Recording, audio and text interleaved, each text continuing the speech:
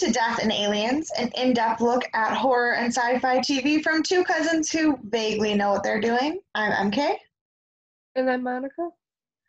And this week we are talking about Hemlock Grove, Season 1, Episode 8. Calabasas. I forgot how to say it again.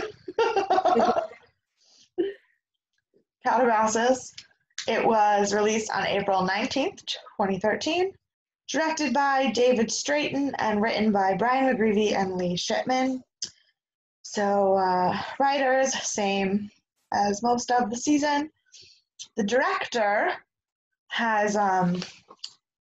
quite a stellar repertoire of directing credits. He directed 5 episodes of Charmed, 3 episodes of Angel, 1 episode of Dead Like Me, which if you haven't seen, you totally should. One of the best shows ever. 10 episodes of Star Trek Enterprise, an episode of Heroes, 2 episodes of Dollhouse, 4 episodes of Fringe, and an episode of Bates Motel, all before directing for Hemlock Grove. He also spent 5 years working on House. He directed 16 episodes of House, and he has 85 total credits. So he knows what he's doing. Mm-hmm. So I went into it. Pretty good mindset. And also, fun fact about the word Calabasas, which they do explain it in the episode, but also, of course, I looked it up because it's me we're talking about. It is, in Greek mythology, it is the hero's journey to the underworld to overcome something that then takes them back to their path to whatever, blah, blah, blah. It was in the Odyssey and whatnot. Mm-hmm. But also, and fascinatingly, in modern psychology, it is it is the word that they use to describe the depression that exists in young men who grow up without father figures while they're trying to struggle to come to terms with what being a man or an adult male is. Which is very fitting for our young friend, Roman Godfrey. Yes. I mean, and also, like, I get why that word, being the Greek origin that it is, would describe that journey, because, like, the Greek hero has to, like, encounter death or the depths of hell and come out of it to, like, become a hero. So, like, a young man has to, like, go to the bottom to get to the top. Mm-hmm. So, knowing that this hero's journey is about to happen, and looking at David Straighten's credits, and also just hoping against hope after the last 3 splendidly awful episodes, we were like, we had some pretty high hopes going into this week's episode, which is good. Haven't felt this excited about an episode that we've done in the past 3 weeks. Literally, this was the first time in, like, weeks that we were like, oh my gosh, I can't wait to start it. And I would have to say, overall, I was not disappointed. Yeah, like, of course, with anything, nothing's going to be, like, perfect. Yeah. But it's definitely refreshing to know that we probably were just in a mid-season lull, and we're possibly getting out of that. I can't say for sure if it was just on the writers and directors' part for getting us out of that weird little lull that we were going through, or if the story's actually shifting and starting to become more. Yeah. And also, like, the later seasons are only 10 episodes, where this one is 13. And a lot of like Netflix series, because they're able to pack so much in, have things that only have like 8, 10, 11 episodes per season. So 13 is kind of A lot. a lot. And we were just doing like 6, 7, 8, like right in the middle. So. Oh my, I just, oh, great, love it here. Love allergies. So we shall embark on our hero's journey. Sorry, I If that's what almost you want to call it. You know, I'm still pissed off at him for last week. yes. But also, they didn't not address it. Like they didn't address it, Yeah. obviously, but they didn't not address it. It'll make sense later. Okay. So, Netflix blurb. After drunkenly attacking the Godfrey Institute, Roman falls into a coma and embarks on a subconscious journey of shocking truths and revelations. Dun, dun, dun. Which right there goes to show that the title of this episode was actually very well picked. Yes. Very well. And Just by the blurb. There was a few episodes that we had watched where the episode name really didn't tie into anything in the episode. or like there was the one, I think it was episode 5. Yeah, episode 5, Hello Handsome, where it was literally just what she said to the worm. I was like, Yeah. Okay. But so yes. So we start off with Roman, like literally we start off directly at the end of the last episode. Roman is leaving Ashley's house. And he's still like raging. He like pukes in her yard and he gets in his car and he's swearing about Peter and he's still like super duper angry and he's driving too fast and he's being all kinds of an a-hole. And then he crashes his car into a fallen tree. And when he realizes his car isn't gonna like work, he goes to call somebody and then he looks up and he sees Godfrey Tower. So he decides to throw his cell phone across the road and just wander on foot to the tower. Opening Makes credits. sense. Makes sense. You know, the logical explanation when you're drunk and angry is to just. Yeah. Well, I don't think he was on a coke binge. Yeah, I mean the blurb says he's drunk. Oh, wouldn't surprise me if he was either. But he is also on a coke binge as well. Yeah. He's what one might casually describe as massively fucked up. Oh yeah, absolutely, 100%. So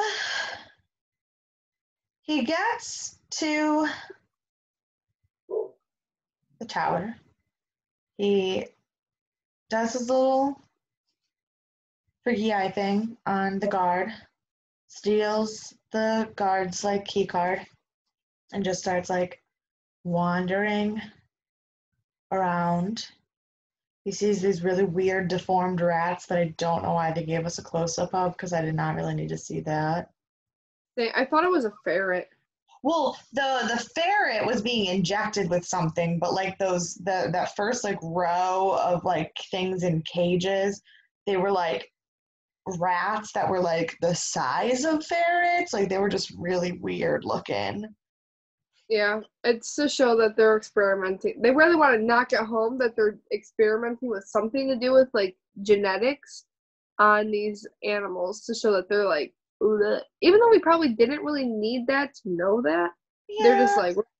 I mean, I guess it was one of those like, just like visual clues, reminder, things are sketchy here. I didn't hate it. I just didn't really like it because I didn't like seeing them personally because I thought they were gross. But I get it. So then Roman gets to this section that is like yellow caution, don't go here, Yeah. emergency personnel only type door. So he takes a blowtorch to, just break it Blowtorch down. the door.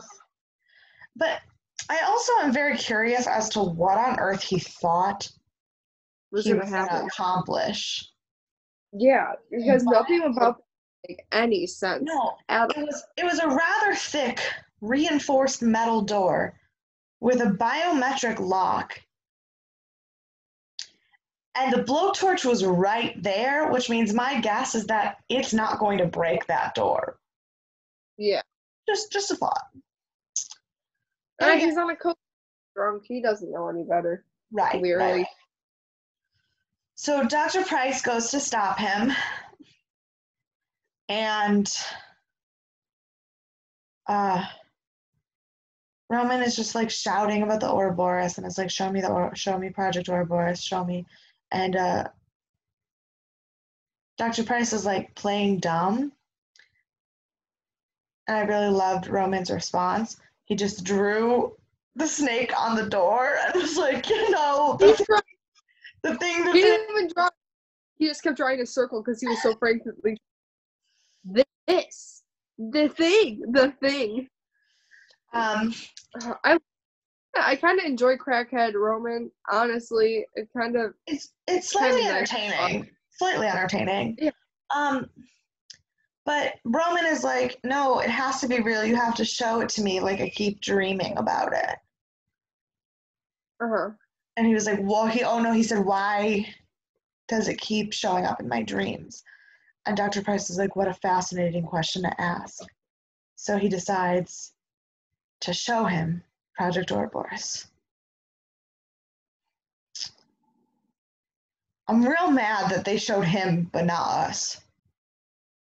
Oh, yeah. So they go down to this weird vault thing, and it's creepy, and there's no, like, anything going on, and there's this weird, like, cage with blue light coming out of it, which, I am so sorry. I did appreciate that it was, like, a blue light, because it kind of reminded me of Shelley, and I was like, connection, I don't know.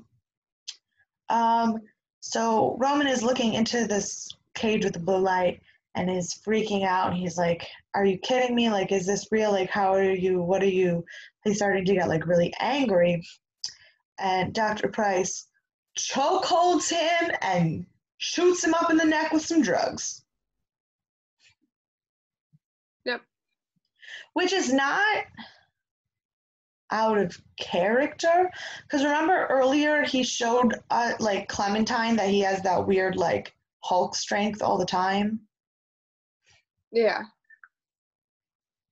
I just didn't really expect him to like be like, let me just put some drugs in your neck, literally throw you into a coma. Yeah, it was cute. So the next scene is Peter waking up in the morning, all happy and smiley, and he says another thing that makes it sound like him and Roman were dating, where he says to his mom, I really loved this quote, do you ever have a toothache that you didn't realize how much it hurt until it was gone? And his mom's like, I'm so proud of you for not being friends with him anymore. And then she picks up a cup and she's like, oh, that's not my shade of lipstick. You're making friends all over the place. And he tells his mom that his new lady friend is Letha Godfrey. And Linda. It sounds like Lisa, but with a list. But it was funny. But she's like,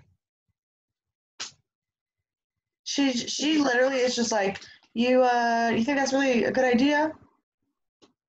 And she's like, how does he feel about it? And he's like, and Peter is like, he doesn't matter. I couldn't care less what he thinks.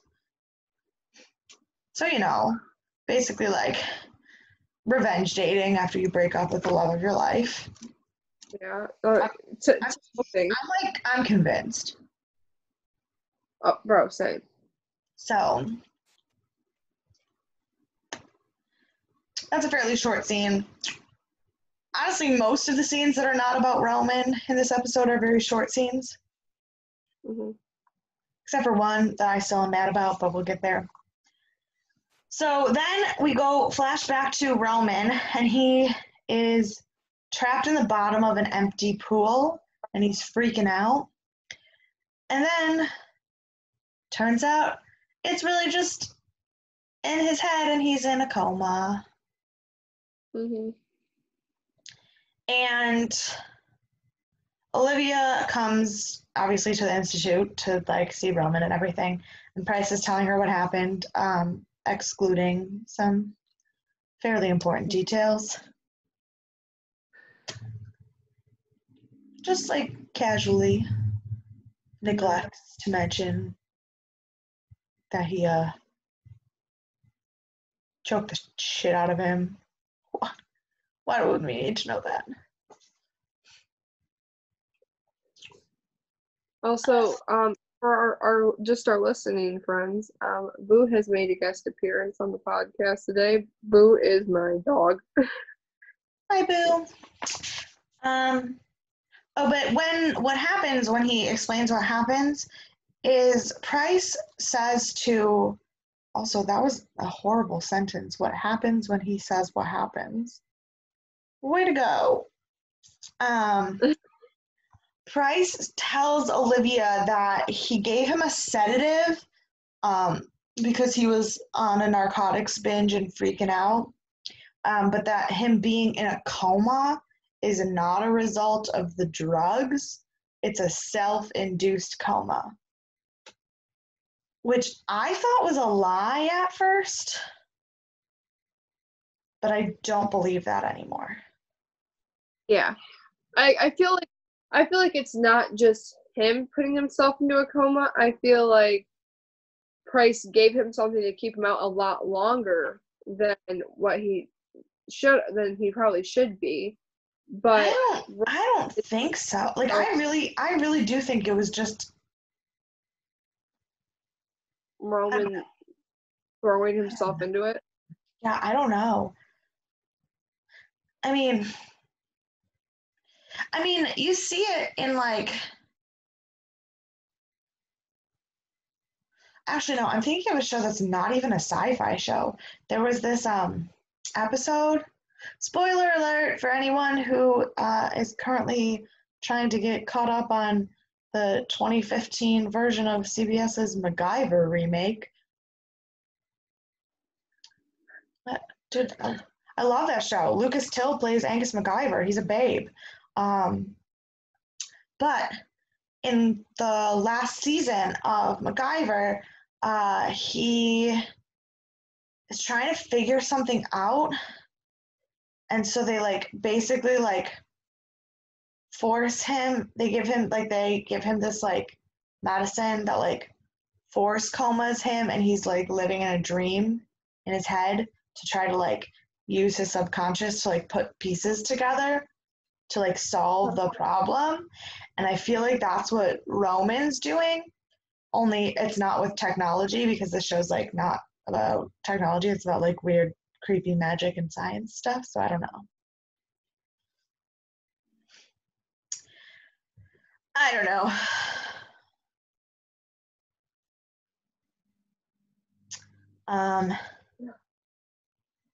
Then we go to a mechanic shop where Clementine is being Clementine and putting her nose where it doesn't belong because she's not an officer. And she's just investigating this car accident and asking all these stupid questions. And Sheriff Sworn comes over and was like, listen. Your badge says fish and wildlife. So if it's about fish or wildlife, you're welcome. If it's not, keep your nose out of my job. I'm done with you. Yeah, she's testing the police department's patience very much. My patience. She's been testing mine since she stepped foot on the screen. Like, but the thing is that she needs to understand if what she's here for is, which we'll find out, like, we'll let you guys know probably in about 10-15 minutes, but for what she's there to do, she's not doing a very good job at getting that at all. Which I think might be more deliberate than not. It could very well be deliberate, but she's like ruining her connections by overstepping boundaries, I think. No, there was one moment toward the end of the episode that we'll talk about that makes me think that she's deliberately messing up. But she's testing everybody's patience. Including mine's and Mary Kate's. No, that's not true. Definitely hated characters like that strongly before. But like every time she's on the screen, I don't want to watch it anymore. Felt that so much. So Olivia has decided in her infinite wisdom that instead of leaving Roman at a medical facility to get out of his coma, which in this case, I don't necessarily say that I blame her because Dr. Price is clearly up to no good, but she decides he shall recover at home. You know, as one does. Mm-hmm. And just brings their child in a coma to their house. And then she just gets like real weird, and she's like laying him in a place where the first thing he'll feel when he wakes up is the sunshine on his face. She starts talking about birds and like strength and sorrow and just like a lot of weird stuff. She is a mess. Yeah, she's either completely spiraling, which 100% she is.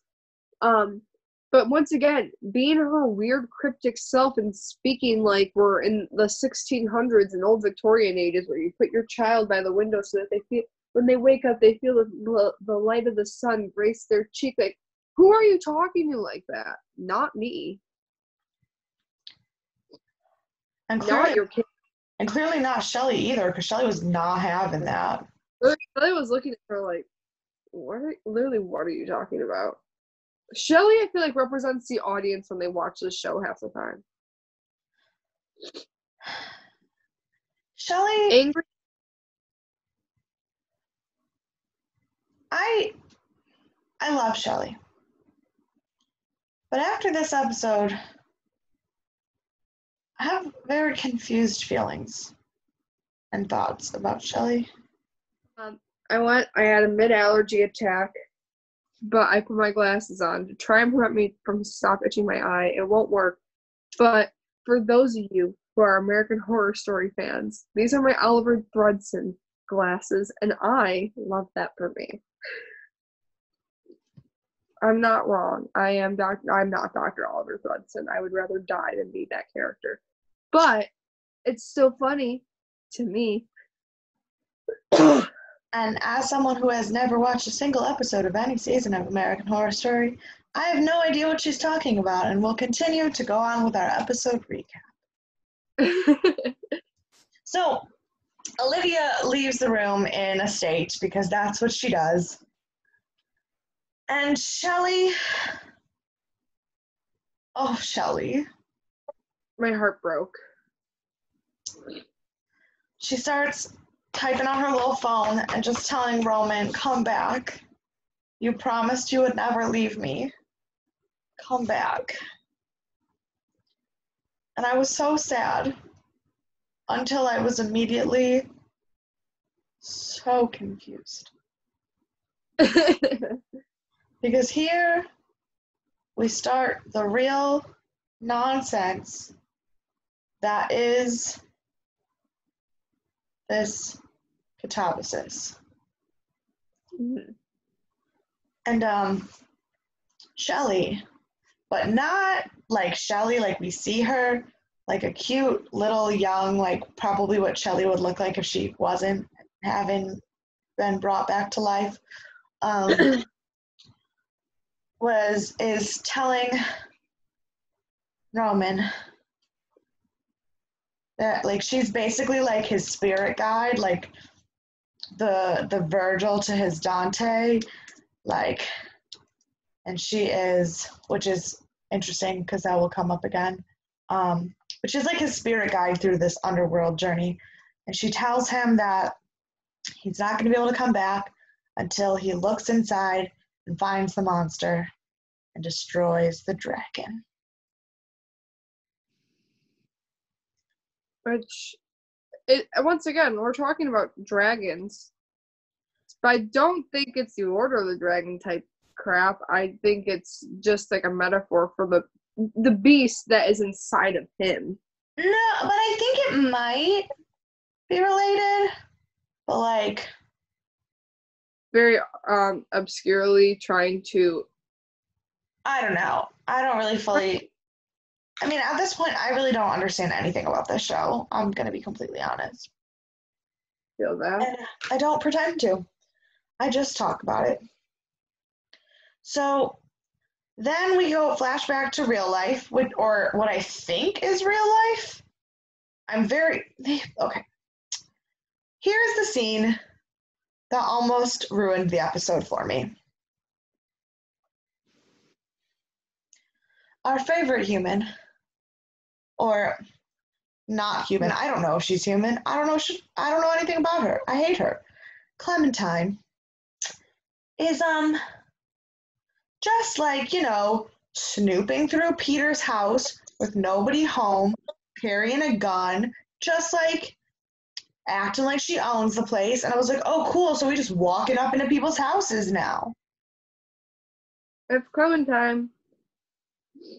She did it with not Peter. She did it with Roman too. Like she just walked into his house and she was like, I'm going to ask you some stuff now. That's like her man. I don't like that. That makes me uncomfortable and makes me not like her character even more than I already. But like, I mean, at least we know she's not a vampire because like she can walk into people's houses. Yeah, true.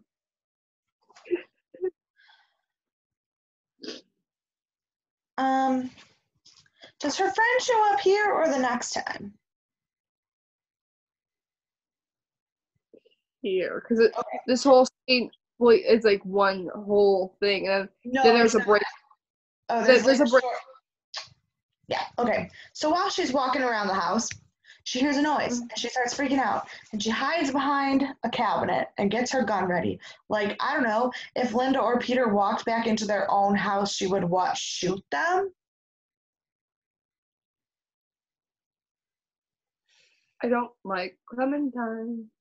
But instead of, anyone who lives in this house walking into their house, her weird old man priest friend just shows up. Like, what are you doing here? Apparently they have a sit down. Powwow. And she's like, why are you here? He's like, well, after we got off the phone, I was worried about you. Because a few episodes, they had a phone call where he was like, are you drinking alcohol again? And she's like, no, as she's swigging from a flask.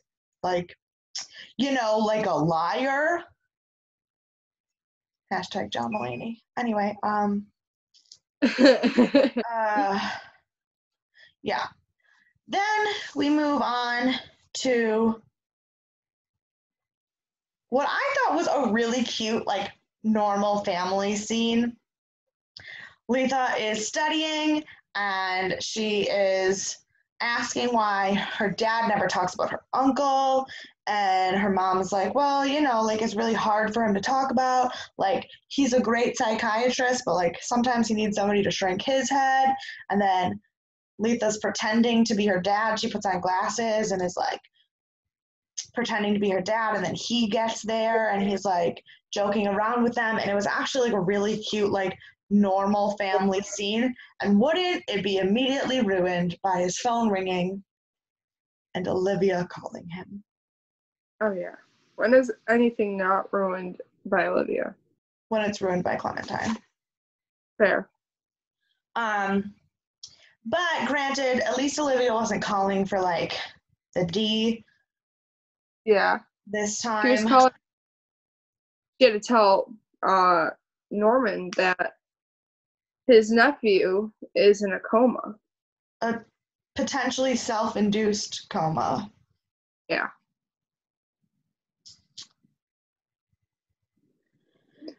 Then, as Norman is headed there, we get another little glimpse into Roman's head, and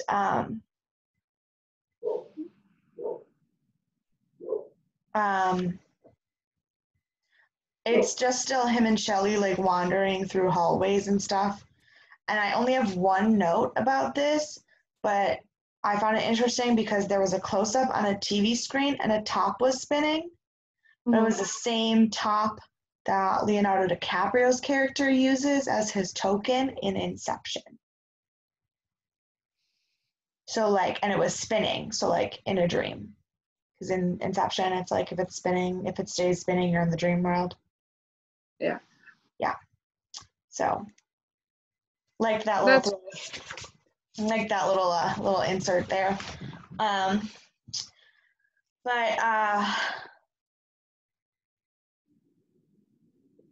Norman and Letha go to check on Roman, and then Norman asks Olivia if they can talk, and he's like grilling her, and he's like, what was Roman doing there?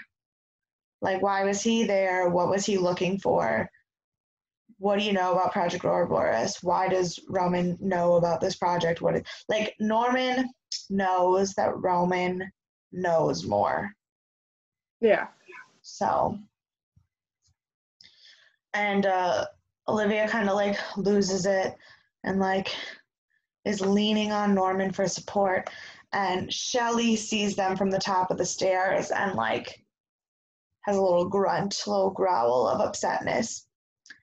And I had a realization that I don't know if Shelley being uncomfortable with them is because it's her mom and her uncle, or if it's because Dr. Price told her Norman was not looking out for her. Yeah. But she seems very on edge. She's got an issue, and I don't know what her motivation in her issue is. And I think that's kind of the whole point, because I feel like it's all going to come out at. Right. So then we flash back to Clementine and the priest. And Clementine is just like laying out everything that she has found out so far about this town and the people in it and blah, blah, blah, blah, blah. And she has like a really strong gut feeling that Olivia is a bigger problem than they're letting on. And the priest is like, no. Leave Olivia out of it. She's a distraction. Stay away from her. Focus on Peter. That's why you're here. And I literally wrote, I hate them both. But there was one thing that they said that I did like, and that was that they were talking about, or he quoted Dante's Inferno to Clementine. And Clementine yelled at him and was like, why are you giving me Inferno right now? And he was like, Dante had Virgil to help him. Let me be your Virgil. Which was an interesting parallel to Shelley being the spirit guide for Roman as he wanders through the layers of the underworld. Yeah. So many literary references this week. Um, so now we go to the underworld scenes. We have kind of a long chunk of just Roman's journey now. And so Roman's in the hallway with Shelley, and they see a door that says, I don't actually know if it said dragon on it or if it said Draco, but granted, that is the Roman word for dragon, so it doesn't really matter.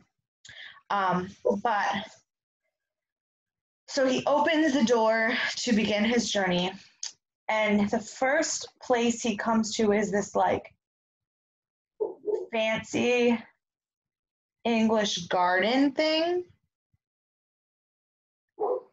And someone is kneeling at like a altar cemetery something looking thing, and it turns out to be Clementine.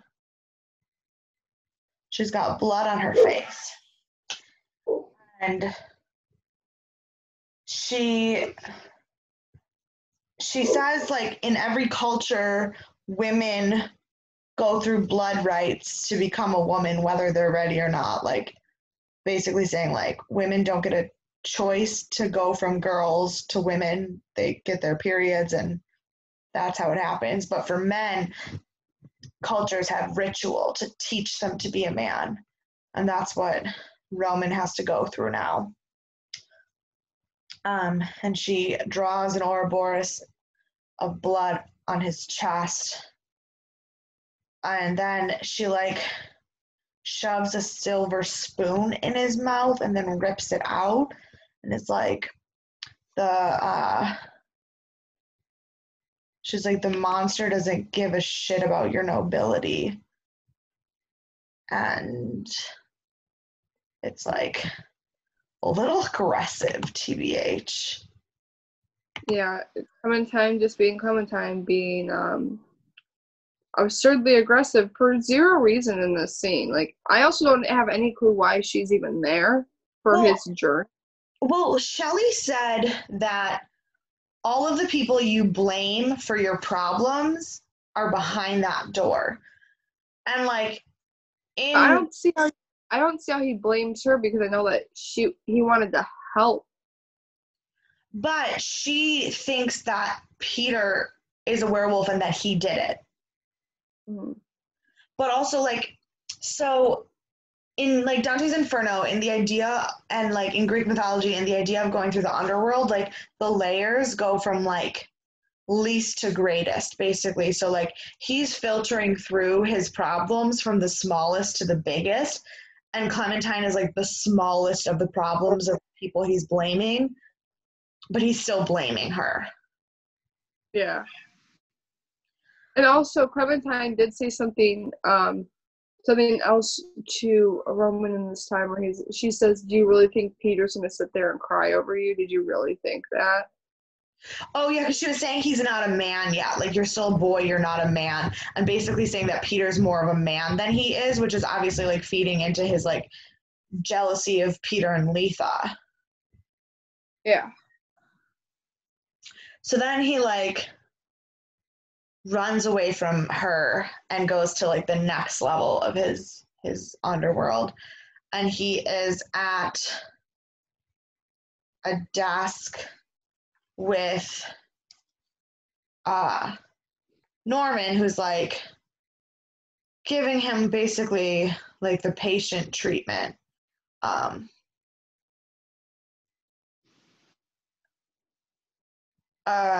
And like, but he's like, sorry, I'm looking up something that the doctor said. So he's talking to this Swedish psychologist who is talking about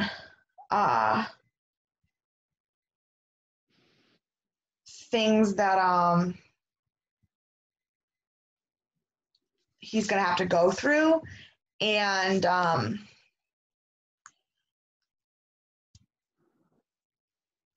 like what it means to be is separating your conscience from your unconscious, and how like even though he is in this dream world, he has to like look through the landscape of the dream to find clues to reality, and like basically kind of explaining the Alice in Wonderland-ness of it all. Yeah. But one of the interesting things he says is that he mentions, I can't remember exactly how he said it because I didn't have time to write the whole quote down, but he says something about primordial darkness, which is often used in equation with the Greek gods of light and dark, and like balance, and the Ouroboros is like the refreshing of balance, and so it's like more of this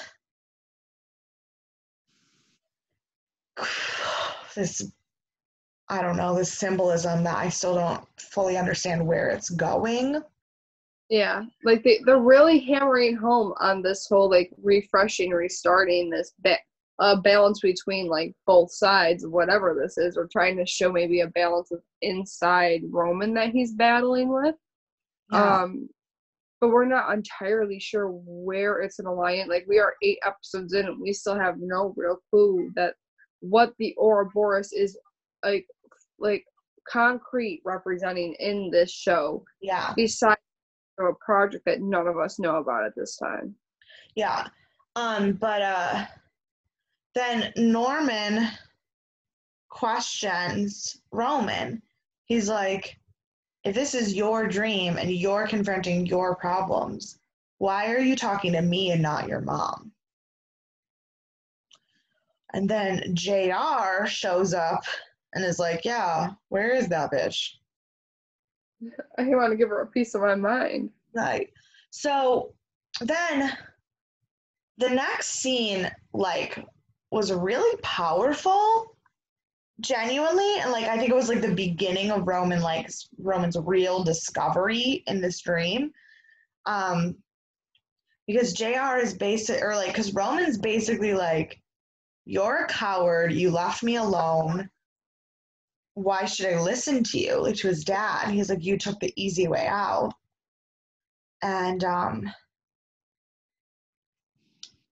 JR is like giving him warnings, basically. He's like, isn't it weird that you've never met anyone on your mom's side of the family? Don't you think that they would want a part, like something to do with you? Don't you think it's weird that nobody knows anything about her? Like, think about it. Look at her. And he's like, she's like basically giving Roman the same warnings he gave Norman in that letter that Letha found. Uh-huh. And he's like, and Roman's like, but you left me alone with her. Why would you do that? And he's like, because I thought it'd be better for you. He's like, it wasn't better for me. You didn't give me a choice. And he's like, okay, fine, I lied. It was better for me. I got. And JR goes, but if you have all these problems, you can always talk to Norman. He's your real dad anyway. Yeah.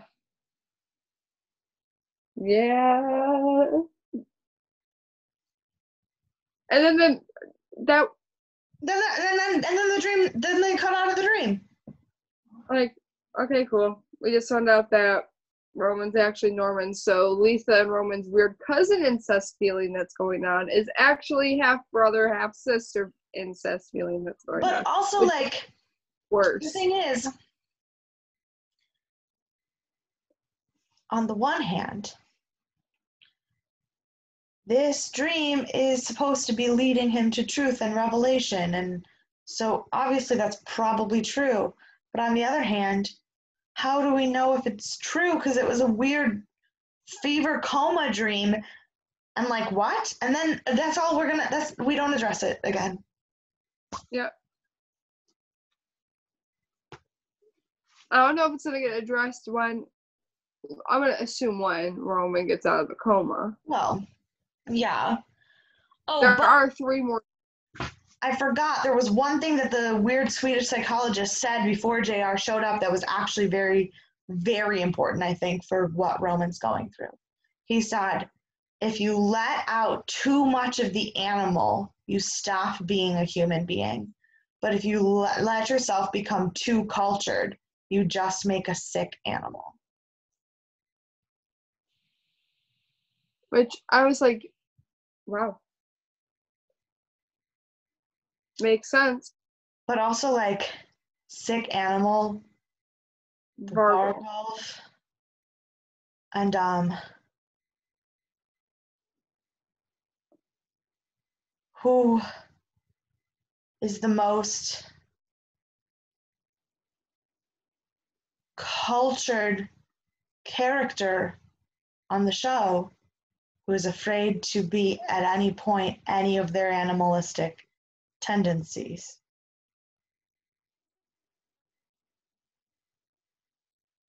I'm trying to think. Is it Roman? No, I don't think it is. I think it's Olivia. Olivia being the Vargo.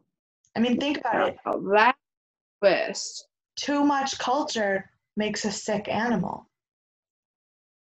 And The think about Vargo. everything she's been doing this whole season to try to get rid of those shakes and to act like nothing is wrong. But then that leaves with my question with the whole fact of really building her up as an Upier. Like, they're like, oh, she's an Upier, so how could she also be a Vargo? But we still don't really know what Upir means on this show. Fair. I read that like what the word was in the like legend and everything, but like so far people throw that word around, but we've never seen what kind of quote unquote monster they are. Yeah.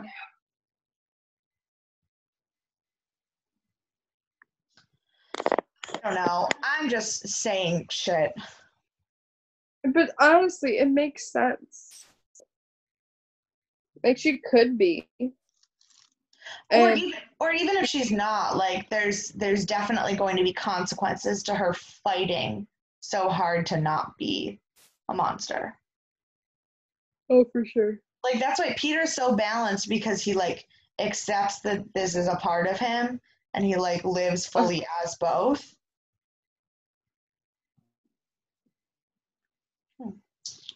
Speaking of Peter, the next scene is at school the next day, and Letha is telling Peter that Roman is in a coma.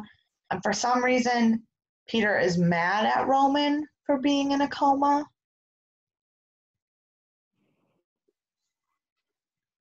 Because he's just a little bitch baby and is upset and he wants attention, probably. He's like, maybe he wouldn't do things like this if you guys just stopped letting him do things like this. Like, bro, he didn't buy a new car. He's in a coma.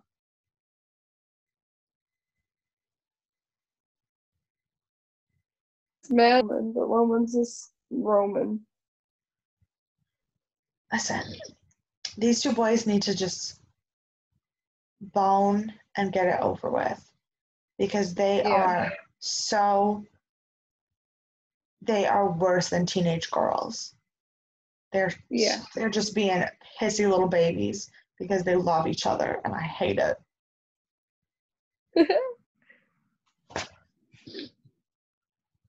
So then we're back in the dream, and Roman is now walking down the same hallway at the school. It's like how it connects. And he sits down in a classroom, and he's watching a videotape of Letha dancing in a fountain.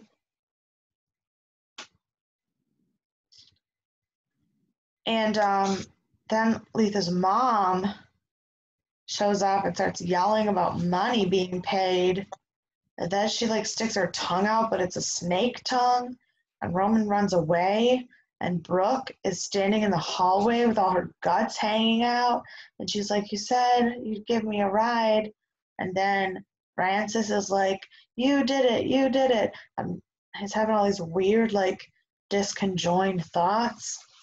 And then he runs out of the school, and ends up in Peter's dream from the third episode, where he yells about the stupid birds. My favorite thing ever. So Stupid bird. They'll just fall from the sky. I don't know why. but in this version of the dream, when that part where Peter freaks out, it's not Roman. Because when we first saw Peter's dream, we thought something happened to Roman. But then it turns out the wolf is actually past Roman. And Roman like starts to laugh at him and is like, why are you so freaked out? And he's like, you and I were in this together. And then Peter says some real vulgar stuff that I will not repeat.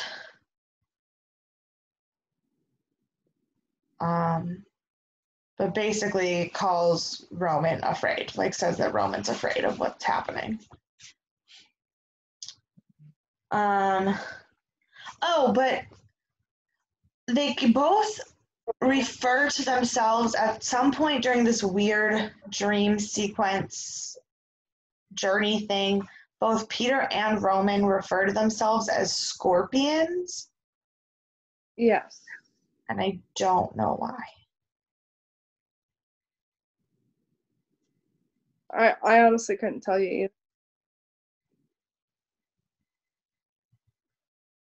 Yeah. I thought he was trying to make a joke about being a Scorpio, but I'm like, no, that's not right. No. I mean, Scorpios are crazy, but like, I don't think so, because they're both in both moments they're talking about things about blood and stuff, and then they're like, well, maybe we're just scorpions. But like, I'm real confused about that, because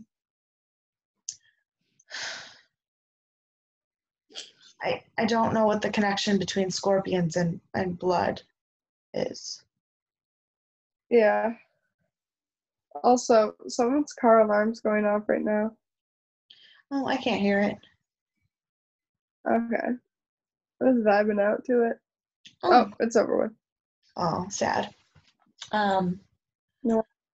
Then we see Peter sitting outside his house, and he does. Oh wait, maybe I missed a scene.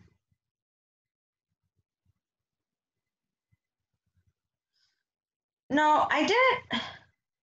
I don't know where these scenes are, because I did not take notes about them either time it happened. But, so I'm just going to say it now. For the remainder of this episode, Norman just kind of stops even pretending he's not with Olivia. Yeah. He tells her he loves her, and he stays the night, and at one point he drives past his own house and doesn't stop. And I didn't write notes on any of those moments because I just don't really care. What happened? Yeah, that was the thing. So Peter is sitting outside his house, and he is confiding to his mom that he thought that there was something there with Roman because they had the same dreams. Poor Peter. He literally, it's honestly, I feel like I'm in New Moon. I'm in the New Moon part of the Twilight story right now with these two. But the thing is that they're not Jacob and Edward. They're like Bella and Jacob. Yeah, they're Bella and Edward. Freaking, they're not the two teams to be on. Peter is clearly Edward Bella. sulking. No, Peter is Edward. He broke up with Roman, who went crazy and put himself in a coma, like Bella and her weird motorcycle stuff. And then Peter is sulking and is like, I don't care about him. Just kidding, I really care about him. Oh, God. Oh, my God. I hate that. I hate that. I love it, but like I hate that. Like, okay, you do you, but You're in love. right. And Linda is trying to cheer him up like a good mom, trying to make things better. Except for like, you know, when your mom like wants you to feel better, but also like hates your ex and is like super glad that you guys are not together. Oh yeah. And is like trying not to rub it in your face. Oh, 100%. Been there, done that. Haven't we all? Yeah, true. Yeah. So it's kind of weird, awkward. And then Clementine, she's in this episode too much. Yeah, I've had my fair share of Clementine this episode. I don't need her to come back. She can just get out of the season right now. Yeah. So she shows up and wants to talk to Olivia. And she's questioning Olivia about all the blood and bodies and whatever found at the mill. And Olivia, God bless her, because I am normally not on Team Olivia for any reason. But Olivia goes. When it comes against Clementine, we are. Olivia goes. She calls her a see you next Tuesday and tells her that if she does not stop asking her questions that are a waste of her time, she can fuck right off. And that's what we love to see. We love it. And Olivia's like, get out of here. Like, while she's like interrogating her, her son's upstairs in a coma. But then, Clementine gets this little smug look on her face that I want to smack right off. She was like, I'll pray for him. And Olivia's like, you will do absolutely no such thing. And she was like, why are you afraid he might be saved? I hate it. How many times I need some saving before I go in through the screen? I just really don't like the depiction of like Christianity as this like anti-supernatural thing, but like also as like an ill-intentioned thing. Like it doesn't seem like Clementine and her priest friends are good people. They're not doing it's like they're not doing this because they believe that they're doing the Lord's work. They like are super sketchy.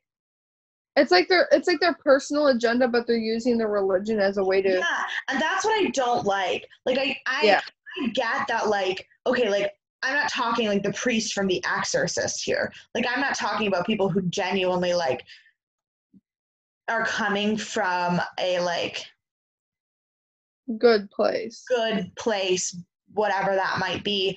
And part of it is because we're watching a show where the protagonists, the characters that we're meant to like, are the supernatural, where it's not like we're watching like Supernatural where like you want to root for Dean and Sam, and the supernatural is what they're fighting. This show is we're on the team of the people who are whatever supernatural creatures.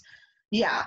So I get that not Christianity or religion or whatever won't necessarily be looked at as the good guy, but all the other religious elements that have been in the show have either been portrayed positively or neutrally, whereas Clementine and the priests are portrayed very negatively.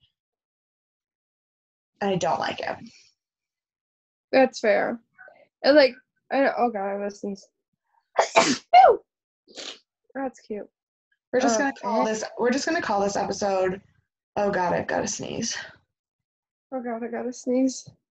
But I that's the sucky thing is, but I also don't think that it's to show like Christianity is bad. I think they're showing it because I think like how I read Clementine and the priest, I don't see them because of the religion. I see them as people, and they're using our religion to justify their fucked up things. Right. I just hope that there's then some kind of balance to it between. where there is some kind of redemption for the religion, I guess, if that makes sense, where where there is some kind of proof that they're abusing it, not the representation of it. And I think that there will be, because I feel like we're gonna learn more about them just being really shitty people, and the fact that they're Christians are gonna fall to the wayside because them being Christian doesn't justify who they are as people. Well, because the thing is, they're the quote unquote like the Order of the Dragon, which was a real Christian sect in the Crusades. But let's be honest, the Crusades are not necessarily the shining light of Christianity. Yeah. And so to be basing this cult off like a dark period is, Yeah. I don't know. We're back to Roman's dream. And Shelley is like, you're running out of time. And a full moon starts coming towards Roman, and he starts to freak out, and he gets really, really scared. And I'm not sure if he's afraid of Peter or of the Vargal or of himself or what. Like, he is very, very on edge about the full moon. And then he's back inside his house, and there's a wolf in the house. So he picks up this medieval battle axe that would have been used in the Crusades to chase after this wolf. And then we hear Shelley screaming from the attic. So he runs up to the attic to like save Shelley, and he kills the wolf.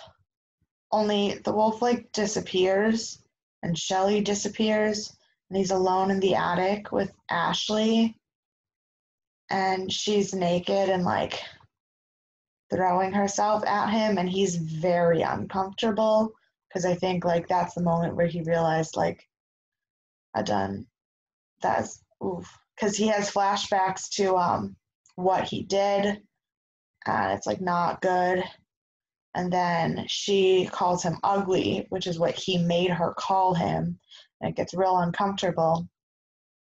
And then it proceeds to get even more uncomfortable when suddenly naked Ashley is no longer Ashley, it is his mother.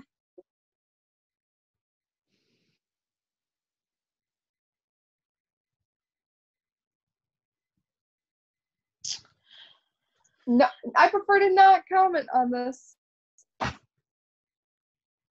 like to opt out on saying anything. So then we flash back to real life. We're just going to move completely on from all that.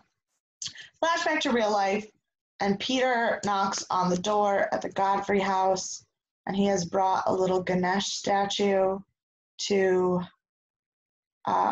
give to Roman. And Peter seems to be the only one who like understands what is happening to Roman, because he says like, I brought this to him to like help him on his travels. Because he's in love with Roman. Right. And Olivia's like, hey, like, do you want to come upstairs and see him? And Peter gets so awkward. He's like, no, like, I'm really bad at this. I don't. Okay, bye. Yeah. Me in any social situation. I'm really bye. And Olivia's like, like maybe if he had met someone like you a long time ago, he wouldn't be in this position. And Peter goes to leave the house, but then Letha shows up, and they go sit on the hill outside the Godfrey house and just kind of sit there. That's kind of a cute moment. Until we find out that Clementine is taking pictures of them, like a creep. Also, before we get into Clementine being weird again, I do have to say that I feel like Olivia is changing for partially for good. like for like a better side of herself, because from her the contrast between how she originally met Peter and to how she is with Peter Yeah, now. but I don't know if that would last. Like if Roman wakes up, I have no doubt that she'll revert to being like she at one point she's sitting with Roman and she's like crying over his bed and she's like, I've lost, like you have no idea what the word sacrifice really means. You have no idea what I've lost. It's always just been easier to let go. But like with you, I can't let go. Mm-hmm. But I don't know if that is like fear or an actual change of heart. Yeah. Um, so Clementine is taking creepy ass pictures and stalking these children, and then she says, "But they're all just children," and that's what makes me think that she could catch Peter or catch Peter, whatever she's trying to do, a lot easier than she is actually doing because a part of her can't like or part of her doesn't want to hurt him because he's a kid. But then at the same time, you sit there and you think about how she killed a woman who was pregnant. And she hated herself for it. Yeah. She did, like you saw in the when she killed that pregnant lady how like how hard it was for her to do it because she was pregnant. Not because she was a Mm-hmm. werewolf, not because she liked her, but because she was pregnant. So I think that them being kids does bother her. Um, so then we have a scene with Dr. Price um, talking into his creepy little tape recorder, and he basically says that if Roman remembers anything about the experiment when he wakes up, no one will believe him. And that's why he did what he had to do because no one can find out. Wait, didn't he say if Roman wakes up? Because he doesn't think Roman's gonna wake up from this. He thought he was putting him in a permanent sedative state, right? No, he said when. He said if he remembers when he wakes up. Okay. So it's not he knows he'll eventually wake up. He just doesn't know how much of that of the experiment he will remember. Well, Um then we have a one final scene of Shelley writing like an angry letter in her computer about how she loves Roman more than anything, but she also hates him because he's doing this. Oh my goodness. I'm so sorry, listeners. It is 11:30 at night for me, and it's been a long day. Um, yeah, and then it ends with a scene of like Dream Shelley and Pete and Roman holding hands and getting into the creepy elevator to the attic, and then it just ends, and that's the end of the episode. yeah. So Um. Roman is still not like awake. Yeah, he's still not awake. I honestly didn't see him waking up after that. I'm like, oh, he's not getting No. up this episode. Because I think there's still a lot more to unpack in the Yeah. next one. I also believe that that in a way, with what Shelley was saying at the end, I know me and you briefly had talked about it, but with what Shelley was talking about at the very end of the episode, and her, I don't know, I think it's just her coming across as like Peter, like why not Peter, Roman, why did you have to go out and do this to yourself? Like I love you, but I hate that you do these things to you because they affect me, and now I'm left alone with Olivia. And one thing that she said some people can love without complications, without hate, but you can't. And that kind of threw me off. Partially because while she was saying that, they were showing Letha being enjoying some attention to her nether regions. By Wolf Boy. I mean, presumably. They didn't show him. They only showed the upper half of her body, and there was clearly a head in places. But presumably it was him, since they're like Yeah. Well, kind of dating now or something. I don't know. yeah. Also, this is Christina Also, kind of just fell off. yeah, I don't know what happened to Christina. But also, Letha didn't look as pregnant this episode as she did last episode. And that's just on people not understanding that when it comes to props and editing and stuff like that to make sure that things match up. I have to say, the editing of this episode, particularly in the dream sequences, like the audio editing, was phenomenal. Yeah, that stuff was incredibly cool. I even like the visual editing of it with because it made me sick to my stomach because we're watching it over Zoom and there's a little bit of a lag.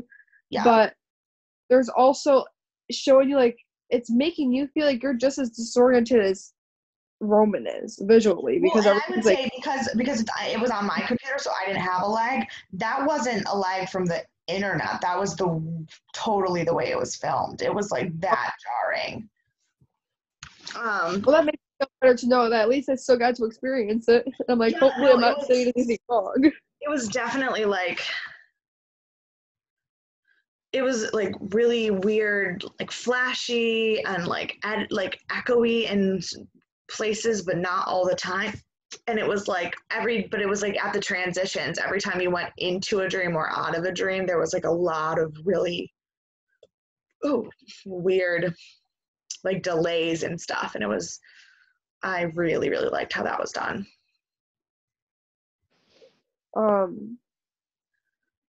So for who we're punching in the face this week, I know it's going to be a very easy decision.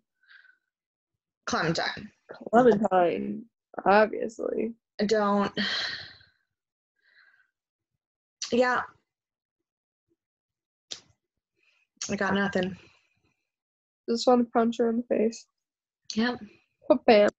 I feel like we've stressed enough with every time Clementine is in an episode as to why we don't like her.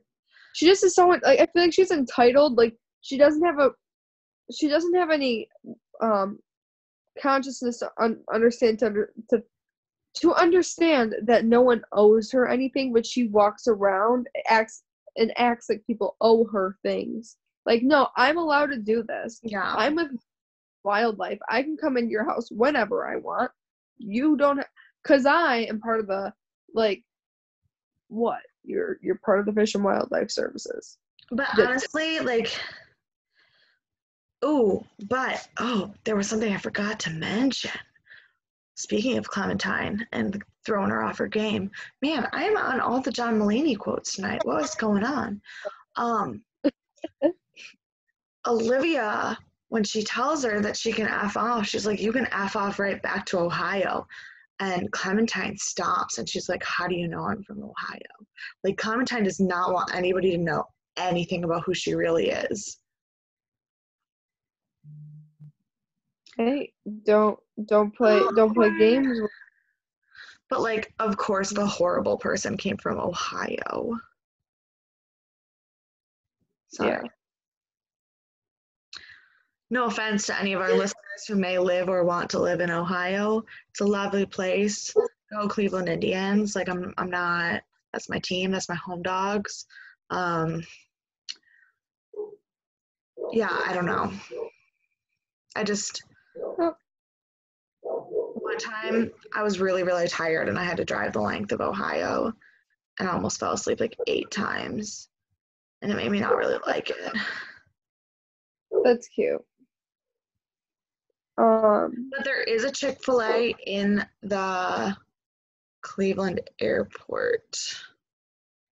Oh, really? Yeah. Anyway, you know. So, saving grace this episode. I have a strange one, actually. I don't know that you're gonna get mine. JR.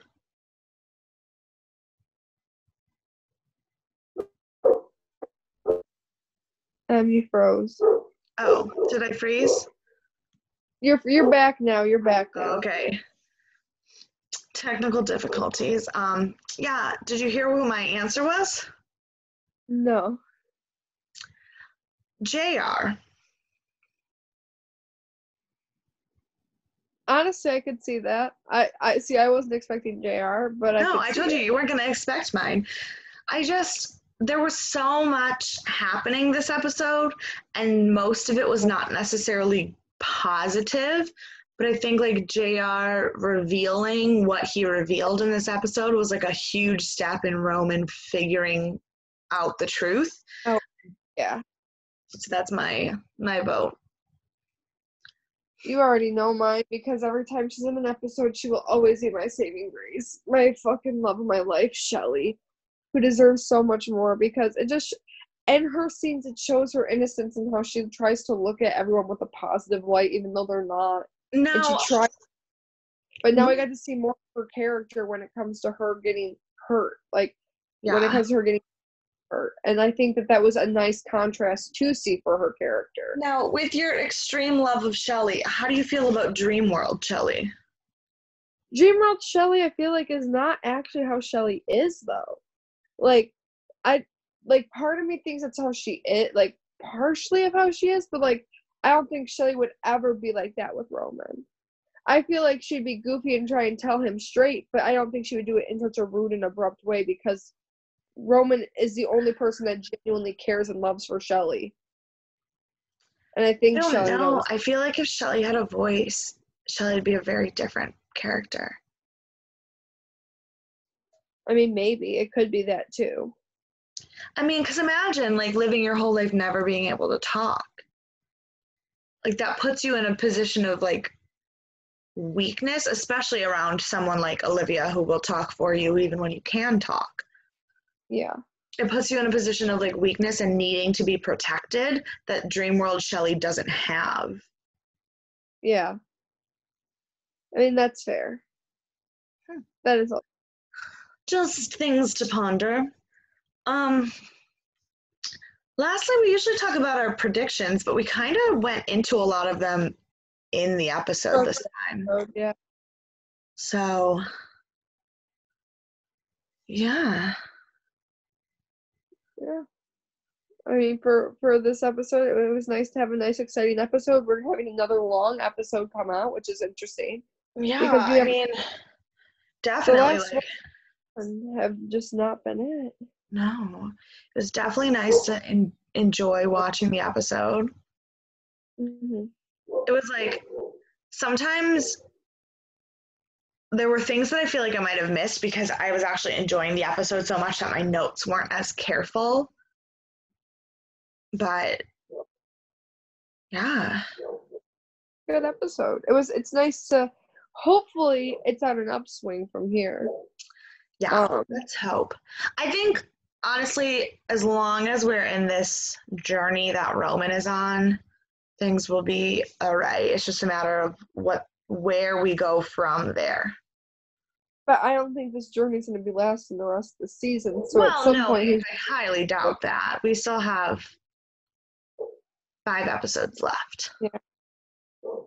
So we shall see. Yeah, unfortunately, we're both very tired. And don't really have anything else to say. Yeah, once again, we hope that you guys enjoy listening to us ramble on about what we think is right to to television shows, and I think we still been doing a pretty bang-up job, even though we had to push through some really dry episodes, which I apologize for that. But I mean, with every series, you have to expect a period of time. Well, and we did warn everyone at the beginning of all of this that the Rotten Tomatoes score was stellar. Oh, fantabulous. Not that you can always trust Rotten Tomatoes because we all know how that goes when it comes to the Star Wars movies. Don't. Also, and I'm gonna let you guys know, me and Em had recently watched The Rise of Skywalker. She watched it for the first time. We both were crying on Zoom. I've seen it 4 times. I still cry. I'm a very emotional person. We both are.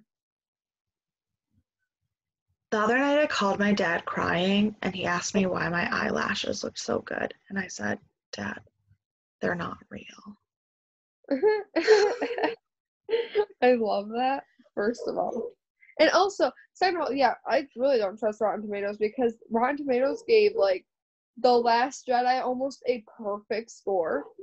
And then The Rise of Skywalker had, like, a 56% on Rotten Tomatoes. I'm like, who do you think you are? Yeah. Like, was it the best? No, but it was a hell of a... Yeah, you just... And Yeah. Did I just, like, completely glitch out? Yeah, you did. So it was, like, just, like, weird audio echoing. Oh, I'll reinstate it. I said the fact that The Last Jedi has a 56 on Rotten Tomatoes. No, I'm sorry. The Last Jedi had like almost 90, like in the 96, 95? a 96 or 95 on Rotten Tomatoes, and and The Rise of Skywalker had a 56. Like The Rise of Skywalker was nowhere near like perfect, but it was a hell of a lot better than The Last Jedi. And I don't care what anyone says. Fight me on it. I'm right. I would have to agree. Thank you.